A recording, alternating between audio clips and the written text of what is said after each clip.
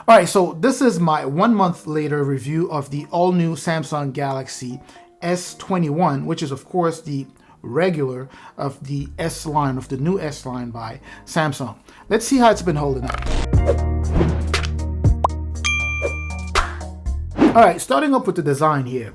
It's been holding up fine. That being said, I do know more than a couple of people who've had the screen on their Galaxy S21 Ultra scratch up really fast. But this one has remained scratch-free so far, so no scratches on it. And that's as far as the front goes. For the back here, there's a little nick, well, I don't want to call it a nick, but it's more of a, like a little chip off the paint. It's very tiny. It came out of nowhere. I'm not sure how that got there because this thing has been in the case since day one. But other than that, it's been fine, cosmetically speaking. The form factor is perfect, and my experience so far with it has been very positive. It fits comfortably in my hands. And when I do switch from this phone to a larger phone, there isn't really a drastic change or a drastic, like the transition is pretty smooth because this is not a small phone itself. It's a fairly, I would say this is a medium-sized phone, right? Especially in my hands, it's a medium-sized phone, and so it's not really tough going from this to a larger phone. Now, despite the fact that this is not a Quad HD display like it was the case with the previous model,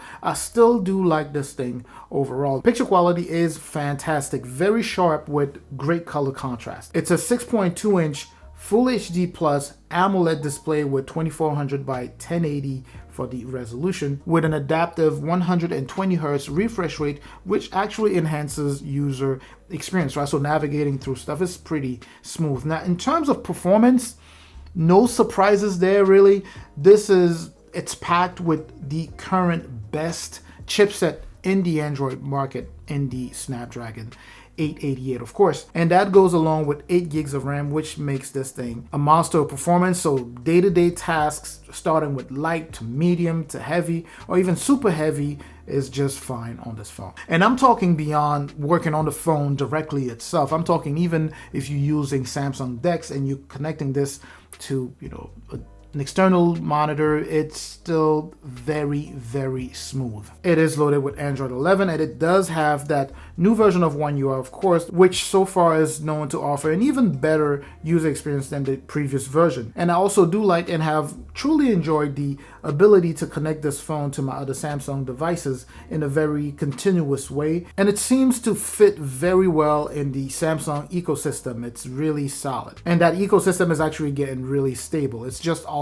Oh, by the way, if this is your first time visiting the channel, welcome. Of course, if you do like the content so far, I do appreciate that. Please do me a favor and hit both the like and the subscribe button there. It's a tremendous help to this channel here, and I truly appreciate that. Now let's talk battery, and I do know a couple of people who've had just absolutely zero luck with battery life when it comes to their Galaxy phone, specifically the Galaxy S21 Ultra. Battery life here, on the other hand, has actually been excellent. I'm able to finish the day with some battery life left. Now, it's going to depend on your type of usage, right? But when I'm doing light, medium, or even heavy, I haven't been able to kill this phone in one day. It's loaded with 4,000 milliamp hour battery. It is fast charge capable, and I'm still getting well over 7 hours screen on time. But again, that obviously is going to differ with your type of usage. The camera is one of the top things that people were looking forward to, and we're talking about a 12 megapixel wide, a 12 megapixel ultra wide, and a 64 megapixel telephoto camera. The main camera on the back here has done a fantastic job at capturing all types of subjects, especially when I use it for portrait. I really like using this for portrait mode, taking pictures of my kids. It comes out so clean, so crisp, and recording video on here is just as good. I've made a couple more vlogs since the first one that I made after I got this phone, and the quality is still up there. Very nice picture quality. And another thing I want to add here before I forget is that fingerprint sensor. That thing is so freaking fast.